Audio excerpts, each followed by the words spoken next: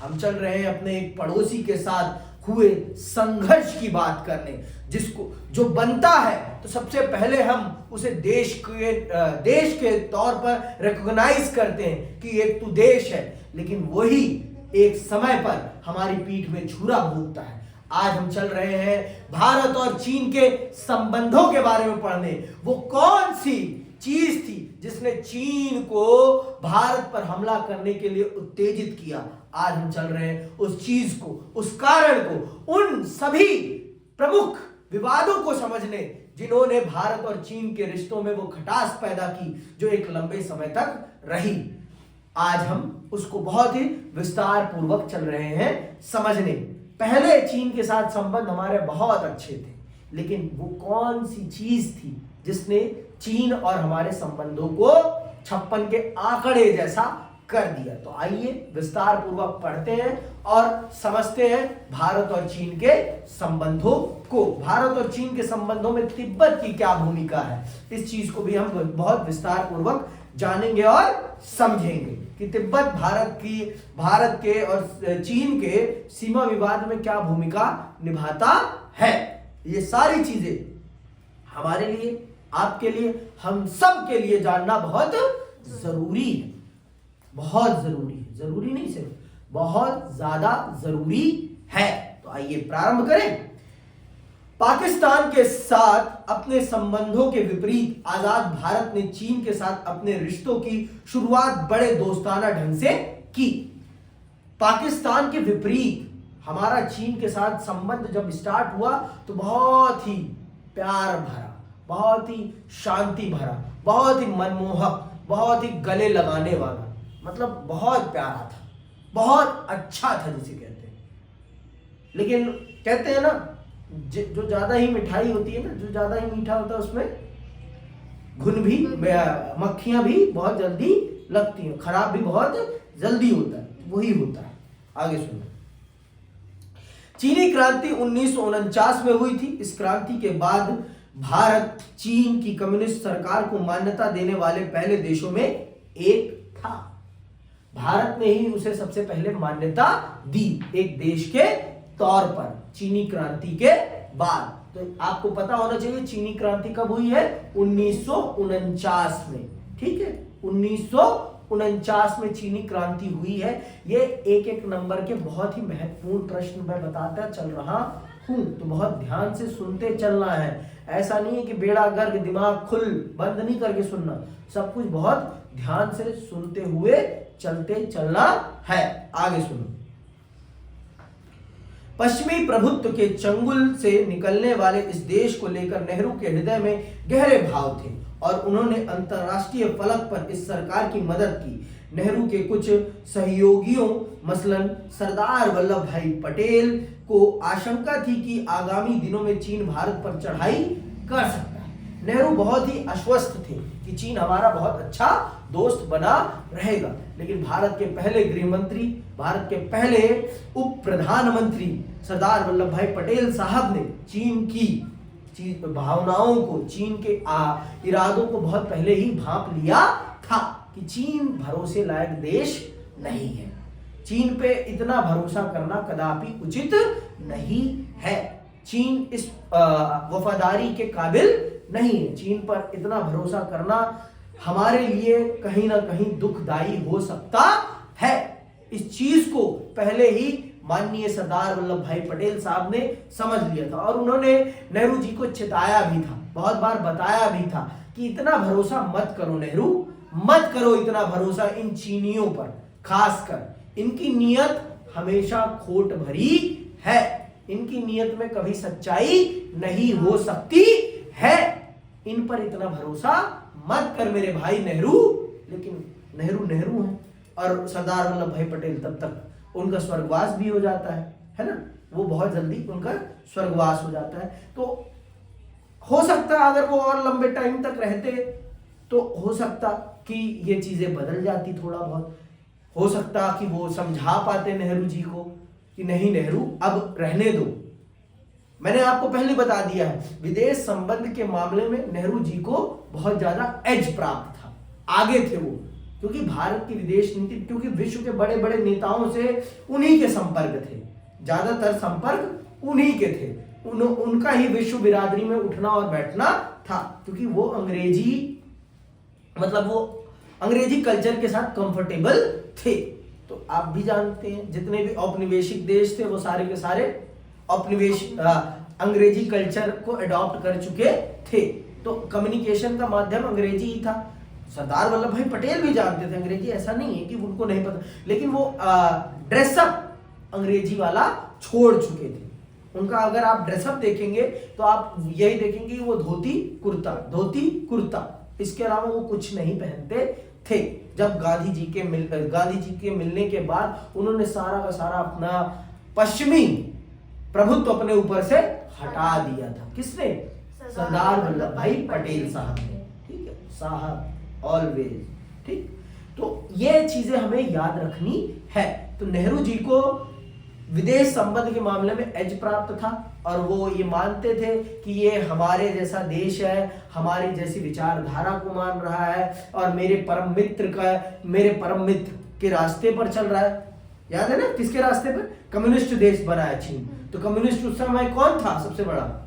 USSR, है ना, USSR के रास्ते पर चल रहा है। तो ये सदैव हमसे मित्र भाव व्यवहार करेगा, ये शत्रुता का भाव नहीं लाएगा। ये कौन सोच रहा था? पंडित नेहरू। कौन सोच रहे थे? पंडित नेहरू, चाचा नेहरू। लेकिन चाचा नेहरू खा जाएंगे गच्चा। अभी पढ़ते हैं, ठीक है, वो खाएंगे क्या? गच्चा। अभी सुनना,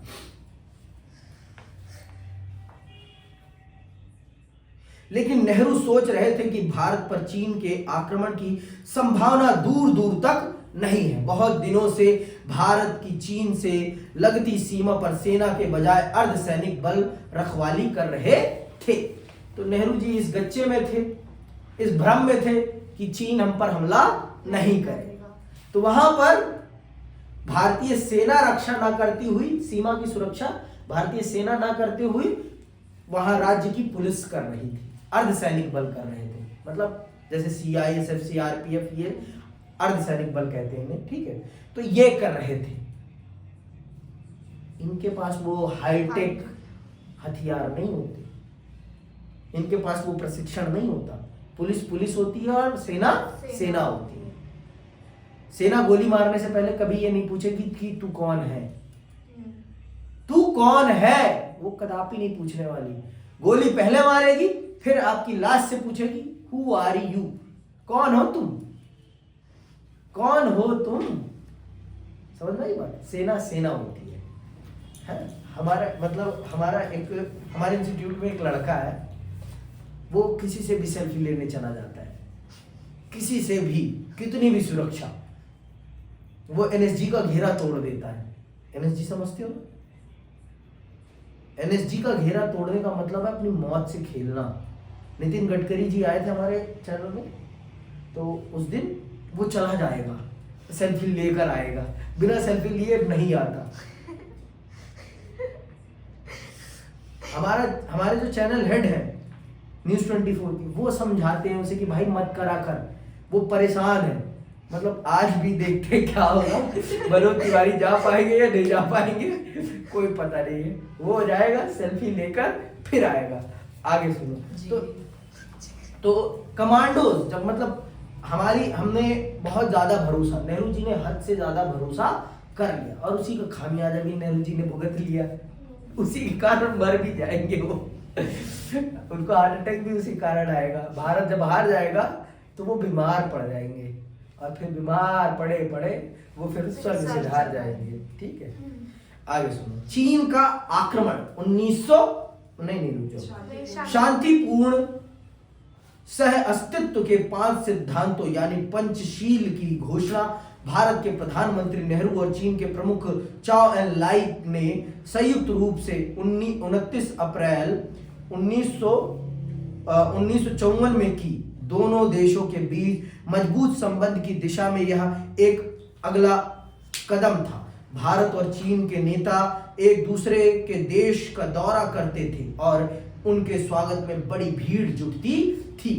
मतलब नेहरू जी ने बहुत ही शांति भाव से चीन के साथ बहुत ही प्रेम भरा संबंध स्थापित किया, चीन के साथ बहुत ही प्रेम, सादगी, सद्भाव वाला रिश्ता स्थापित किया और पंचशील समझौता हस्ताक्षरित किया कि हम इन 5 विषयों पर एक दूसरे का सदैव सहयोग करेंगे। हमारे देश में दिल्ली में एक पंचशील पार्क भी है, कभी जाना हो तो देख के आना। पंचशील पार्क, ठीक है, यही है पास में ही, मतलब लुडियंस दिल्ली में है वो, जाओ कभी देख के आओ, सुंदर है बहुत, ठीक है। तो इस मतलब नेहरू जी बहुत ज्यादा, मतलब भगवान कसम वो इतना भरोसा कर रहे थे जैसे अपने बेटे में करता है कोई। इतना नहीं करना चाहिए ना, इतना नहीं करना चाहिए। वो एक देश है और उसकी भी अपनी कुछ नीतियां हैं, और वो एक ऐसा देश है जो क्या अपने आप को साम्राज्यवादी देश है। साम्राज्यवादी मतलब समझते हो ना, जो अपना विस्तार करने में बिलीव करता है, वो विस्तारीकरण में बहुत ज्यादा बिलीव करता है, वो ज्यादा से ज्यादा क्षेत्र को अपने अधीन करने का प्रयास करता है। ये चीन की हमेशा से मानसिकता रही है। चीन सदैव इसी मानसिकता से काम करता है, सदैव जिसे कह रहा हूं मैं, सदैव इसी मानसिकता से उसने काम किया है। तो इस बात को आप समझिए, और इसी चीज में पंचशील समझौते के अंतर्गत भारत और चीन के बीच में ये समझौता हो जाता है कि हम दोनों एक दूसरे के इंटरनल मैटर्स में कभी भी इंटरफेयर नहीं करेंगे। ये बात याद रखना है। कौन सी बात? कि हम इंटरनल मैटर में इंटरफेयर नहीं करेंगे। ये आएगा प्रश्न कि पंचशील समझौता क्या है। भारत और तिब्बत और चीन के बीच 1962 का युद्ध, मतलब भारत और चीन के युद्ध के बीच में तिब्बत की क्या भूमिका है, आपको ये पता रहना चाहिए। ये अगर आपको नहीं पता रहेगा तो आप कुछ भी नहीं लिख पाएंगे। दलाई लामा को जानते? दलाई लामा नाम सुना है? सुना लग रहा है, पढ़ा नहीं है मतलब इसको ढंग से सुनो आगे।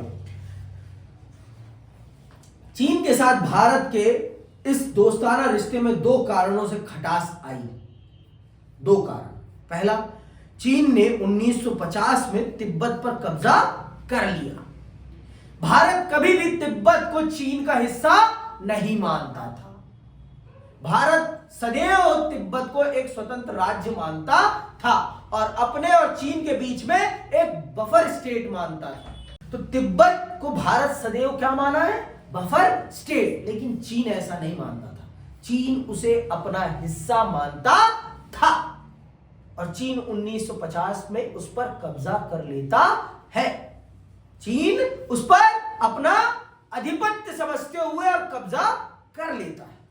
और यही सबसे बड़ा ट्रिगर पॉइंट बनता है भारत और चीन के बीच में विवाद का। और इस जलती हुई मतलब इस भूसे पर चिंगारी का काम तब करता है जब दलाई लामा भारत से राजनीतिक शरण मांगते हैं और भारत उनको राजनीतिक शरण दे देता है। सुनना है अब ध्यान से, ठीक है, बहुत ध्यान से सुनते चलो। इससे भारत और चीन के बीच ऐतिहासिक रूप से जो एक मध्यवर्ती राज्य बना चला आ रहा था वह खत्म हो गया। शुरू में भारत सरकार ने चीन के इस कदम का खुले तौर पर विरोध नहीं किया। बहरहाल तिब्बत की संस्कृति को कुचलने की खबरें जैसे जैसे सामने आने लगी वैसे वैसे भारत की बेचैनी भी बढ़ी। तिब्बत के धार्मिक नेता दलाई लामा ने भारत से राजनीतिक शरण मांगी और 1959 में भारत ने उन्हें शरण दे दी। 1959 में भारत ने उन्हें अपने देश में राजनीतिक शरण दे दी। किसे? दलाई लामा जी को। किसको? दलाई लामा जी को। ये याद रखना है, ठीक है, ये याद रखना है आप सभी को, ठीक है। आगे सुनिए आप। चीन ने आरोप लगाया कि भारत सरकार अंदरूनी तौर पर चीनी विरोधी गतिविधियों को हवा दे रही है। और चीन भारत पर क्या आरोप लगाता है कि भारत उसके इंटरनल मैटर में इंटरफेयर कर रहा है। पंचशील समझौता याद आया कुछ? पंचशील समझौते का पहला पॉइंट ही क्या था कि कोई किसी के इंटरनल मैटर में इंटरफेयर नहीं करेगा। लेकिन भारत तो तिब्बत को उसका इंटरनल मैटर मानता ही नहीं था। भारत तो उसे क्या मानता था? इंडिपेंडेंट स्टेट मानता था। किसको? तिब्बत को। आप मान रहे हैं ना उसे अपना इंटरनल मैटर, हम तो नहीं मानते ना। हम तो उसे एक इंडिपेंडेंट स्टेट मानते हैं। और जो उसके सबसे बड़े धर्मगुरु हैं, अगर वो हमसे शरण मांग रहे हैं, राजनीतिक शरण मांग रहे हैं, तो ये हमारा फर्ज बनता है कि हम उनकी सुरक्षा करें। भारत एक संप्रभु राष्ट्र है और कोई अगर उससे शरण मांगेगा तो स्वाभाविक सी बात है कि भारत उसकी मदद करेगा। समझ गए? एक मजबूर व्यक्ति को शरण देना एक सभ्य समाज की क्या है? पहचान है। तो हमने वही काम किया। आपके अंदर खुददारी नहीं है तो इसका हम क्या कर सकते हैं? आप चोर हैं, हम थोड़ी ना चोर हैं। हम थोड़ी ना चोर हैं। हमने चोरी करना थोड़ी ना सीखा है। आगे सुनिए।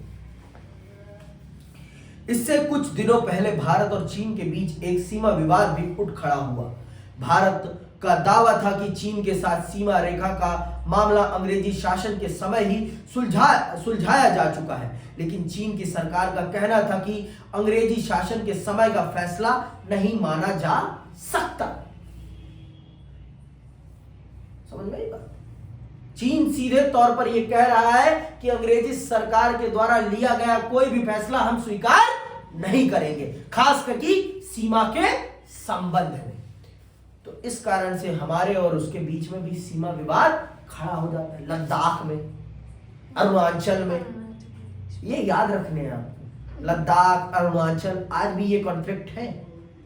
आप सुनते होंगे, अक्साई चीन का नाम सुना होगा आपने, है ना? तो आगे सुनिए। लेकिन चीन की सरकार का कहना था कि अंग्रेजी शासन के समय का फैसला नहीं माना जा सकता। मुख्य विवाद चीन से लगी लंबी सीमा रेखा के पश्चिमी और पूर्वी छोर के बारे में था। चीन ने भारतीय भूक्षेत्र में पड़ने वाले दो इलाकों, जम्मू कश्मीर के लद्दाख वाले हिस्से के अक्साई चीन और अरुणाचल प्रदेश के अधिकांश हिस्से पर अपना अधिकार जताया। अरुणाचल प्रदेश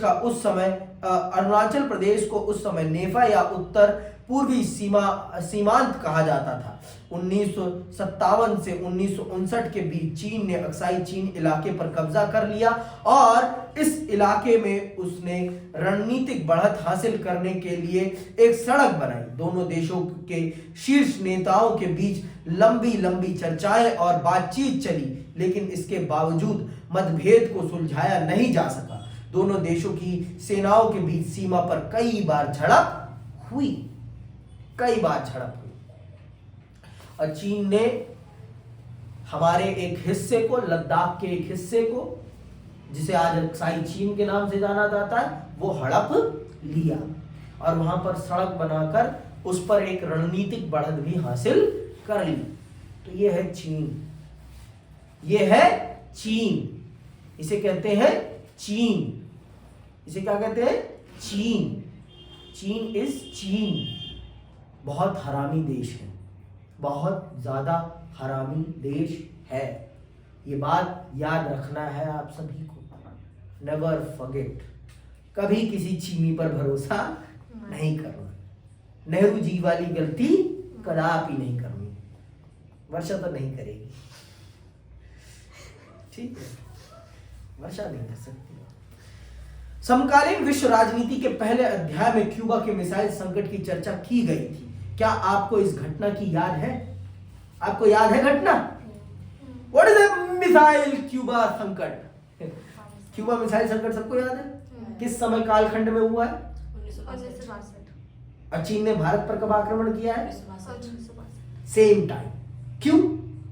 कभी सोचा? ताकि उसकी हेल्प करने के लिए कोई ना आ सके, विश्व बिरादरी आपस में भिड़ी रहे और मैं आसानी से अपने काम को अंजाम दे दूं। देखो, भारत एक लोकतांत्रिक राष्ट्र है और चीन एक कम्युनिस्ट देश है। लोकतांत्रिक राष्ट्र की अलग मर्यादाएं होती हैं और कम्युनिस्ट देश के अलग उद्देश्य होते हैं। वहां मर्यादाएं नहीं होती, उद्देश्य होते हैं। हमारी मर्यादाएं हैं, हमें अपने देश में लोकतांत्रिक भावनाओं को जीवित रखना है और उनके अनुसार देश को चलाना है। वहां पर फैसले लेने में टाइम नहीं लगता, वहां पर लोगों को कोई लोकतांत्रिक अधिकार नहीं होता। पता है ना, चीन में लोगों के पास किसी भी प्रकार के ह्यूमन राइट्स नहीं है। हमारे देश में जिस प्रकार के लोगों के पास ह्यूमन राइट्स हैं, वैसे ह्यूमन राइट्स चीन के लोगों के पास एक भी नहीं है। समझ में आई बात? तो लोकतांत्रिक देश अलग उद्देश्यों से चलता है और कम्युनिस्ट देश अलग उद्देश्यों से चलता है। आगे सुनो। जिस समय पूरे विश्व का ध्यान दो महाशक्तियों की तानातनी से पैदा इस संकट की तरफ लगा हुआ था, ठीक उसी समय चीन ने 1962 के अक्टूबर में दोनों विवादित क्षेत्रों पर बड़ी तेजी तथा व्यापक स्तर पर हमला किया। पहला हमला एक हफ्ते तक चला और इस दौरान चीनी सेना ने अरुणाचल प्रदेश के कुछ महत्वपूर्ण इलाकों पर कब्जा कर लिया। हमले का अगला दौर नवंबर महीने में शुरू हुआ। लद्दाख से लगे पश्चिमी मोर्चे पर भारतीय सेना ने चीन की बढ़त रोकी, लेकिन पूर्व में चीनी सेना आगे बढ़ते हुए असम के मैदानी हिस्से के प्रवेश द्वार तक पहुंच गए। आखिरकार चीन ने एक तरफा युद्ध विराम घोषित किया और चीन की सेना उस मुकाम पर लौट गई जहां वे हमले से पहले के वक्त तैनात थी। देखो, हमारी सेना उस समय कमजोर थी, यह हकीकत है, इसमें कोई वो नहीं है।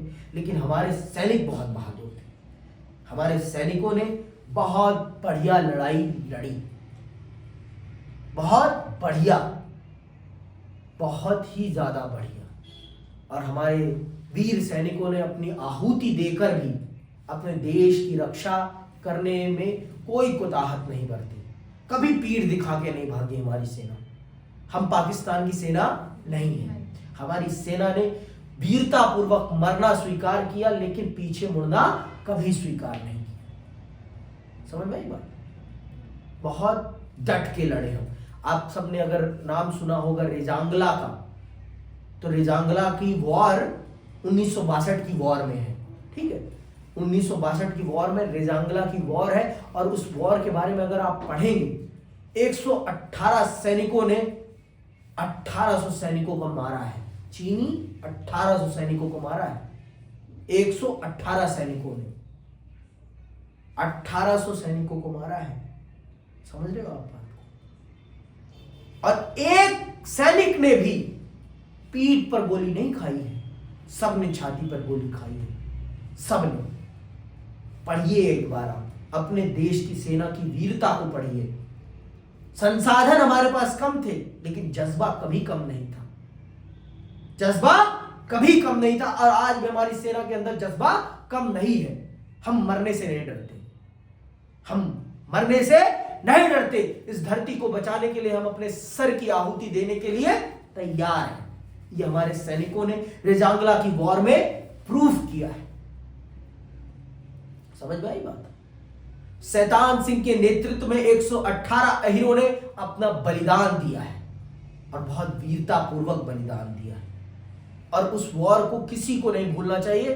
ठीक है, हम हारे, लेकिन हम वीरता से हारे हैं। हम बिना लड़े नहीं हारे हैं। संसाधनों की कमी के कारण हारे हैं, वैश्विक मदद न मिल पाने के कारण हम हारे हैं। हमारे मूल्य अलग हैं। हम कभी किसी देश को अपने अधीन करने के उद्देश्य से नहीं लड़ते।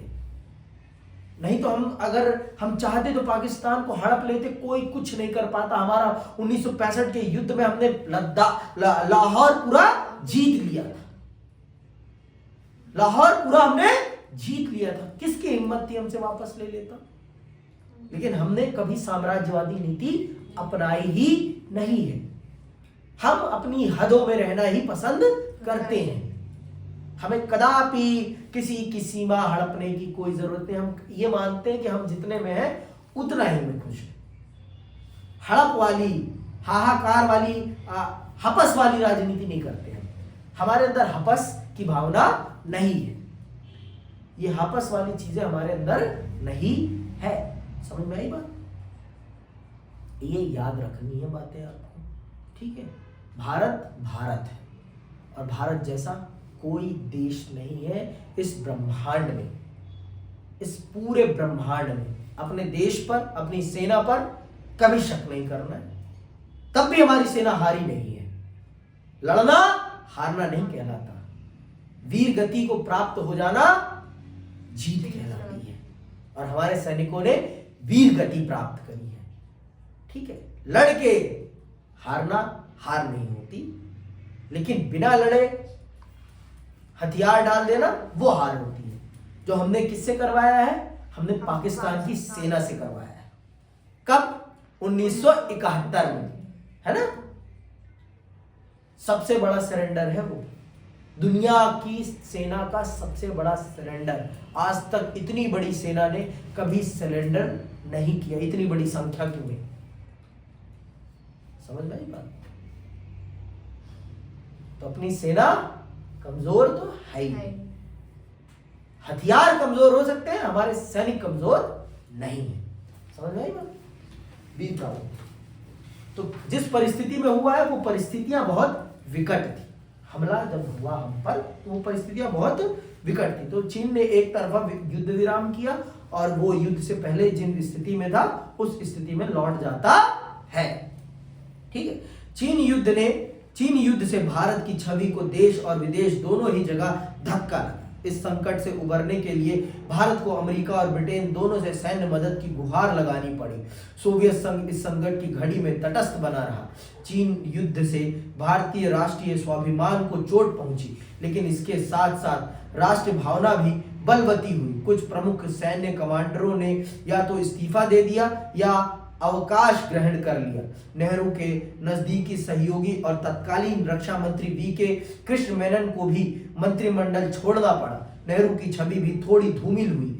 चीन के इरादों को समय रहते न भांप सकने और सैन्य तैयारी न कर पाने को लेकर नेहरू की बड़ी आलोचना हुई। पहली बार उनकी सरकार के खिलाफ अविश्वास प्रस्ताव लाया गया और लोकसभा में इस पर बहस हुई। इसके तुरंत बाद कांग्रेस ने कुछ महत्वपूर्ण उपचुनावों में पटकनी खाई। देश का राजनीतिक मानस बदलने लगा था। तो देख रहे हो आप, युद्ध कितना कुछ बदल देता है, युद्ध कितना कुछ बदल देता है। आगे सुनो। भारत चीन संघर्ष का असर विपक्षी दलों पर भी हुआ। इस युद्ध और चीन सोवियत संघ के बीच बढ़ते मतभेद से भारतीय कम्युनिस्ट पार्टी के अंदर बड़ी उठापटक मची। सोवियत संघ का पक्षधर खेमा भाकपा में ही रहा और उसने कांग्रेस के साथ नजदीकी बढ़ाई। दूसरा खेमा कुछ समय के लिए चीन का पक्षधर रहा और यह खेमा कांग्रेस के साथ किसी भी तरह की नजदीकी के खिलाफ था। भारतीय कम्युनिस्ट पार्टी 1964 में टूट गई। इस पार्टी के भीतर जो खेमा चीन का पक्षधर था उसने मार्क्सवादी भारतीय कम्युनिस्ट पार्टी बनाई। चीन युद्ध के क्रम में माकपा के कई नेताओं को चीन के पक्ष लेने के आरोप में गिरफ्तार किया गया, क्योंकि चीन एक कम्युनिस्ट देश है। तो भारत की जो कम्युनिस्ट विचारधारा वाली पार्टियां थी उनमें से कुछ पार्टियां चीन का पक्ष ले रही थी और कुछ पार्टियां भारत का पक्ष मतलब कांग्रेस का पक्ष ले रही थी। तो इसके कारण फूट पड़ जाती है और भारतीय कम्युनिस्ट पार्टी भी टूट जाती है और फिर जो चीन का पक्ष ले रहे थे उन नेताओं को गिरफ्तार भी किया जाता है।